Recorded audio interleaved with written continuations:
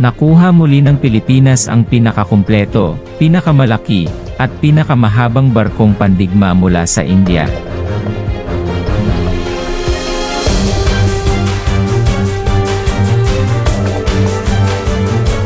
Sa isang makabuluhang pag-unlad para sa pagsusumikap ng modernisasyon ng hukbong dagat ng Pilipinas, ang gobyerno ng Pilipinas ay nag-anunsyo ng mga plano na makakuha ng isang makabagong barkong pandigma na gawa ng India, na nakatakdang mas mahaba at mas malaki kaysa sa kasalukuyang mga ari-arian ng pandagat ng bansa. Ang hakbang na ito ay nagmamarka ng isang mahalagang sandali sa pagpapalakas ng mga kakayahan sa seguridad sa dagat ng bansa sa rehiyon ng Indo-Pacific.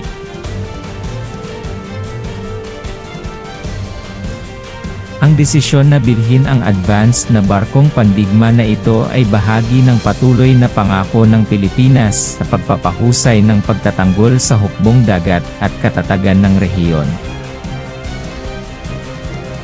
Ang barkong pandigma, na kasalukuyang ginagawa sa India, ay inaasahang magiging isang game changer sa mga tuntunin ng lakas dagat at estratehikong presensya.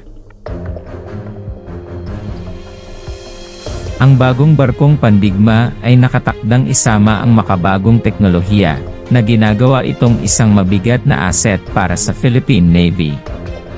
Magkakaroon ito ng mga advanced na sistema ng komunikasyon, radar, mga sistema ng pagtatanggol sa misail, at mga kakayahan sa pakikidigma laban sa submarino. Ang kahangahangang laki ng barkong pandigma ay magbibigay ng pinahabang hanay at pinahusay na versatility sa iba't ibang operasyon ng hukbong dagat.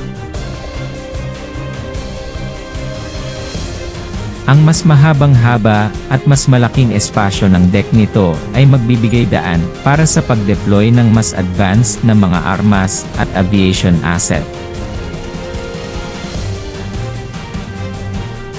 Ang Pilipinas, isang archipelagic na bansa sa South China Sea, ay lalong nakatuon sa pagpapalakas ng mga maritime defense nito sa gitna ng lumalaking tensyon sa rehiyon. Ang pagkuha na ito ay nakikita bilang isang estratehikong hakbang upang protektahan ang integridad ng teritoryo ng bansa, at secure ang mahahalagang sea lanes.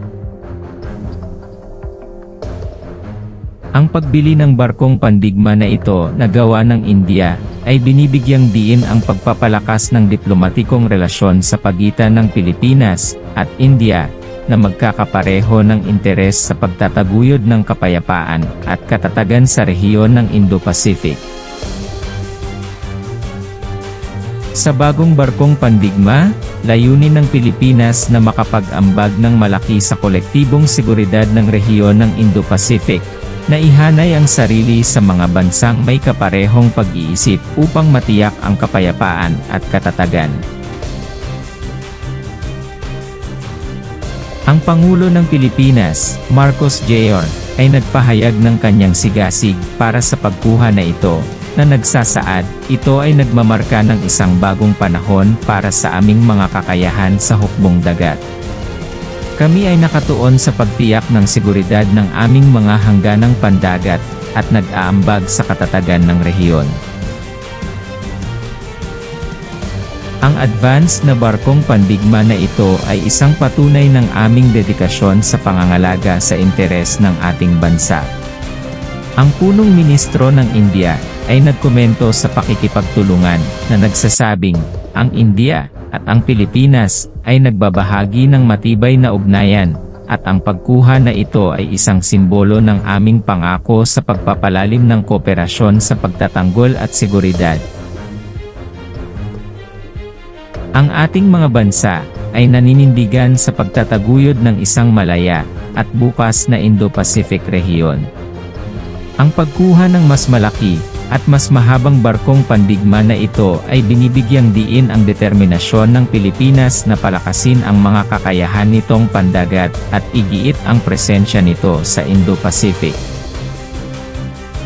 Habang patuloy na umuusok ang mga tensyon sa rehiyon, Ang hakbang na ito ay inaasahang magkakaroon ng malaking epekto sa dinamika ng seguridad sa rehiyon at pagtibayin ang pangako ng Pilipinas na pangalagaan ang mga interes nito sa dagat. Ang pagkuha ng mas malaki at mas mahabang barkong pandigma ng Pilipinas ay nagpapadala ng mga ripples sa buong rehiyon ng Indo-Pacific, habang pinalalakas nito ang mga kakayahan sa dagat, at iginiit ang presensya nito sa gitna ng kumukulong tensyon. Ang hakbang na ito ay nakahanda na magkaroon ng malaking epekto sa panrehiyong dynamics ng seguridad, na muling pinagtitibay ang hindi natitinag na pangako ng Pilipinas na pangalagaan ang mga interes nito sa dagat. Si Dr. Maria Santos, isang dalubhasa sa seguridad sa rehiyon, ay nagkomento sa sitwasyon, na nagsasabi, ang pagkuha ng Pilipinas sa advanced na barkong pandigma na ito ay nagpapahiwatig ng isang makabuluhang pagbabago sa balanse ng kapangyarihan sa rehiyon. Habang nagpapatuloy ang mga tensyon sa South China Sea, ang hakbang na ito ay nagpapakita ng determinasyon ng bansa na protektahan ang mga interes nito sa dagat at walang alinlangan na magiging sentro ng mga talakayan sa panrehiyong seguridad. Idinagdag ni Professor Rajesh Singh, isang iskolar sa ugnayang pang-internasyonal, na saksihan ng rehiyon ng Indo-Pacific ang isang komplikadong ugnayan ng mga interes at ambisyon. Ang pagkilos ng Pilipinas ay nagpapahiwatig ng isang maagang paninindigan sa pangangalaga sa integridad ng teritoryo nito. Ang tanawin ng seguridad sa mga darating na taon. Habang pinalalakas ng Pilipinas ang mga kakayahan nito sa pandagat, at iginigiit ang presensya nito sa mas malaki, at mas mahabang barkong pandigma na ito, mahigpit na binabantayan ng rehiyon, na may pag-asa para sa mapayapang resolusyon sa mga alitan sa rehiyon, at isang pangako sa pagpapanatili ng katatagan sa Indo-Pacific.